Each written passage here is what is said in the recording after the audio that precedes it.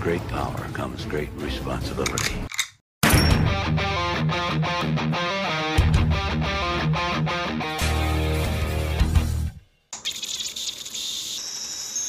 Hello friends, my name is Stevie Cade and welcome to Film Trigger. Obviously, Spider-Man No Way Home is breaking box office records all across the board, just beat Titanic. So I wanted to go back and revisit all the other Spider-Man movies. It's been years since I revisited the original. What better time than to do it now? Just go through the entire franchise. So this should be pretty fun. But before we get started, I know I've been very mean to the like button and the subscribe button, so I'm going to try to make some peace here. If you could, hit that subscribe button and the little bell ding thing. Oh, are you fucking serious? Come on, man. Wait, dude, get off my... I tried to be nice. I really did. Fuck those buttons. Don't touch them. Dicks. Without further ado, let's dive into my review for Spider-Man. I'm not going to lie. When I went into this movie, I remember thinking how much I liked this movie when it came out because it was so groundbreaking. I had never really seen anything like it. Maybe comparable might be, Michael Keaton's Batman, because that also was something we hadn't seen before at that given point in time. Over the years, I've grown a distaste for the Raimi films. But as I said before, it's been a very long time since I've revisited them, so I'm very curious to see what I think about these movies now. So let's dive immediately into what I do like about this movie. The simplistic origin story of Peter Parker and Spider-Man. I kind of forgot just how simple this story is. I think we were reminded at the end of No Way Home when we got a little teaser of things to come, and we're all like, yeah, let's get more of that Spider-Man, because it's been a while since we've had this very simple, friendly neighborhood Spider-Man. I really enjoyed that aspect of this movie. At the time, it had never been done before. I mean, I think the last comic book movie before this one, which kind of kicked off the whole comic book craze, was X-Men, and it was still very much in the 90s, with the all leather suits and comic accurate hairstyles. It was a little nutty to watch that movie, but this one really brought a modern taste to it, something that comic book movies hadn't quite seen yet.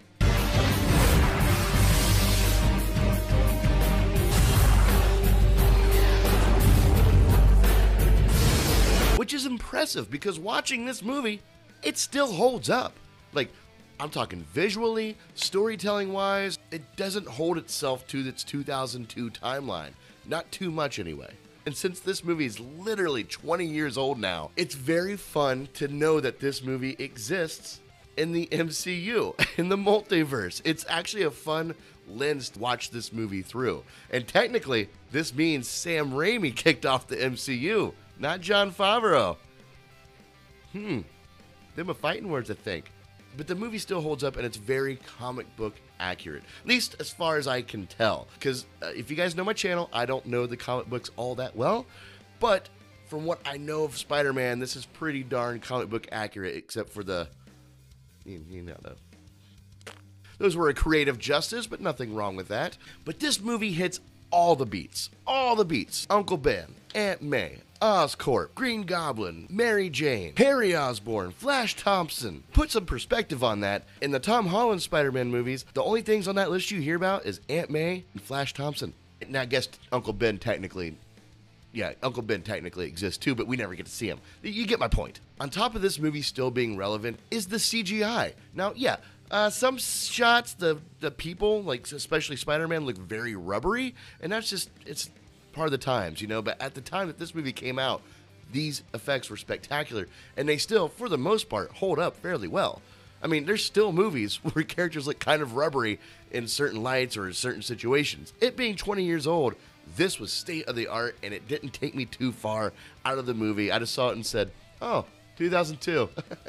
I remember that. That, coupled with the clean and rich storytelling, makes this movie very enjoyable to watch. Very fluid. And they did a slow reveal of Spider-Man. They didn't jump right into it and go, ooh, shake out the new suit. No, we were revealed to Spider-Man the way that people were revealed to Spider-Man in the movie.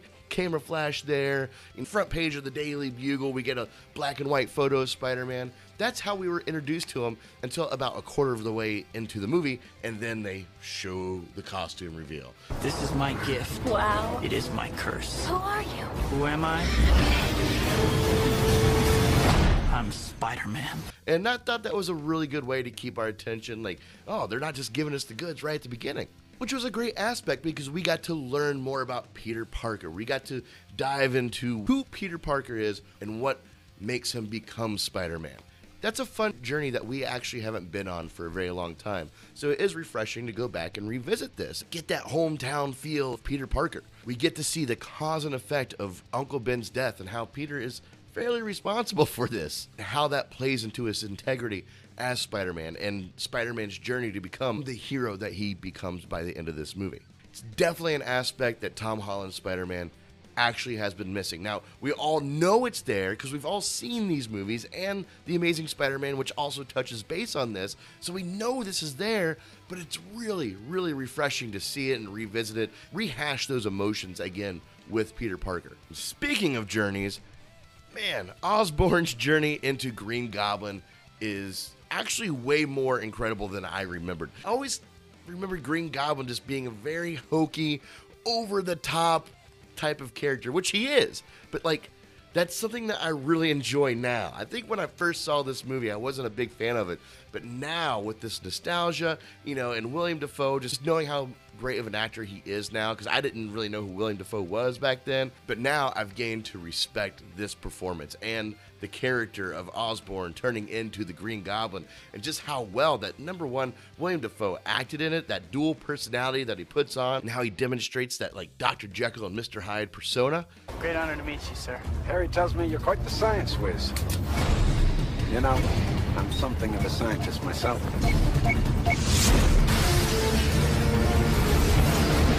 But also how Sam Raimi illustrates this using the mirrors, like he's talking to himself. It's just very beautifully done. Like, I completely understand Green Goblin because of this movie, and I didn't realize that I understood Green Goblin only because of this movie. Some other characters that I really enjoy in this movie are, well, pretty much most of them. Most. There's one in particular we'll talk about a little later. Mary Jane Watson's backstory is... it's beautifully tragic. I don't know if this is straight from the comics or not. Let me know in the comments below if it is comic book accurate. But Mary Jane Watson, coming from a very toxic household, you know, that molds this free-spirited character that she becomes. This woman that constantly seeks relationships in toxic situations, bad boys, working at low-paying jobs for asshole bosses, constantly needing that abuse and ignoring people like Peter Parker in her life because that's not what she's used to. She's not used to men treating her with respect and kindness. Like, I love this part of Mary Jane. But her evolution in this movie just makes perfect sense from the story that she comes from. It's a very hashed out Mary Jane. And I'm sorry to compare to the new movie, but that's why I'm doing this review series, because I just want to watch these movies with the lens of knowing all the Spider-Man movies that are out at this time. So compared to Tom Holland's Spider-Man, I know nothing about MJ. Nothing. But this Mary Jane, I know the upbringing she had, I know her emotions, I know her pipeline dreams. I understand this character, and I understand what Peter sees in her, and I understand how she continues seeing through Peter. The character is very well fleshed out. Another character that I absolutely love, I've grown to love even more and more, and I'm so glad he keeps playing this character. Jonah Jameson, played by J.K. Simmons. That's a lot of J's. It's a lot of J's and a lot of initials. This dude just knocks it out of the park, man. He's so much fun. Bring me Spider-Man! Like, everything he does, I just love how he constantly twists Spider-Man into the bad guy. And I love his dynamic with Peter Parker, because he hires Peter Parker to take the photos. Peter Parker is Spider-Man. Spoiler alert. It's just a great dynamic that they have here. And that's what this movie has, is a lot of dynamic. I mean, from Green Goblin to Spider-Man, from Jonah Jameson to Toby Maguire, to Peter Parker, Mary Jane to the boy next door. Like, these dynamics all really create a rich story of Spider-Man and Peter Parker, and that's what I love about this movie. But the movie's not perfect, so let's dive into some things I'm on the fence about when it comes to this film. The costumes. Yeah, the costumes. And I know, Green Goblin, everyone's going to agree with me. It's the Green Goblin. It looks like a second-rate fucking costume store costume. Like, it just doesn't look good. Or, as I've heard a lot of people call it, the Power Ranger costume. I think they were going for tactical. I think that's what they were going for, because there's a lot of tactical sort of essence to the Green Goblin suit, it being eyed by the military, all these things. But it just did not play off like that at all. But also the Spidey suit. I am not a fan of this Spidey suit. Yeah, it's fairly comic book accurate. And maybe it's not the costume itself as much as who's wearing it, Toby Maguire. It just looks bulky. And this isn't something new. This is something I've thought since I first watched this movie 20 fucking years ago. I was just like, man, that Spider-Man looks like a brick. Like, he's just very square. Toby Maguire in the new movie looks a lot more slender than he ever did in these films, but that's definitely one thing I'm on the fence about is this costume. And maybe it's like the spider web, the little gunmetal rubbery spider webs that they have on there. I don't know. The suit looks bulky and it's very textury and just weird looking. Definitely my least favorite Spider-Man suit. Another thing I'm on the fence about is actually Toby Maguire himself. What? He's gold! No, he's not. He's a great Peter Parker.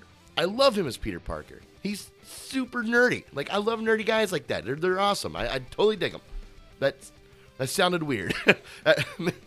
I relate to that. But I don't think he makes that great of a Spider-Man.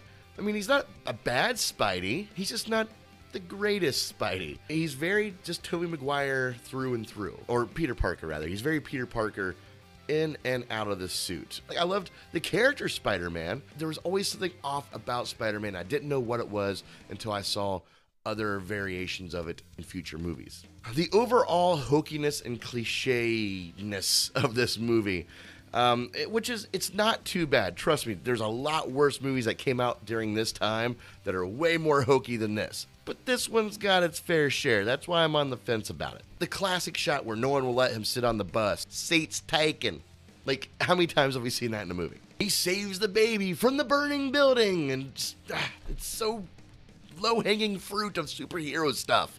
The bad guys are the street goons. They're just copy and paste classic goons. Hey, there's a woman walking down the alley. Come on, baby. It's gross. There's just not much there for me. I've seen that bad guy in a lot of other movies before this movie, leading up to this movie, and even beyond this movie. Moving right along with things I do not like about this film. 2 words. James Franco. What the fuck were we thinking? Why is this guy famous? How did he get this role? Who sucked worse than him that he got the role out of all the people that tried out? He must have had a really good agent because his performance comes across as very stale. He's supposed to be Peter's best friend, and he's completely unlikable. Whether or not that's a conscious decision made by Sam Raimi, it didn't come across as, this guy potentially could be bad. No, it comes across as, what the fuck? No, God, get him off screen. Like, it just does not translate to, like, an evil sort of thing. It translates to James Franco being a terrible fucking actor. Which brings Harry Osborn onto what I don't like. Because James Franco was such a bad actor, I could not get behind the character he was playing. I can't figure out what his integrity is. He's supposed to be Peter's best friend, but he's not telling Peter about his relationship with Mary Jane. He supports his very verbally abusive father's way of thinking. I have no clue where he stands on anything. Harry Osborn sucks. James Franco sucks. Do not like them. Another thing I don't like about this movie, and this really has to do with a certain scene that I just couldn't wrap my head around. He's in the cafeteria, and it's when Peter Parker starts discovering his powers.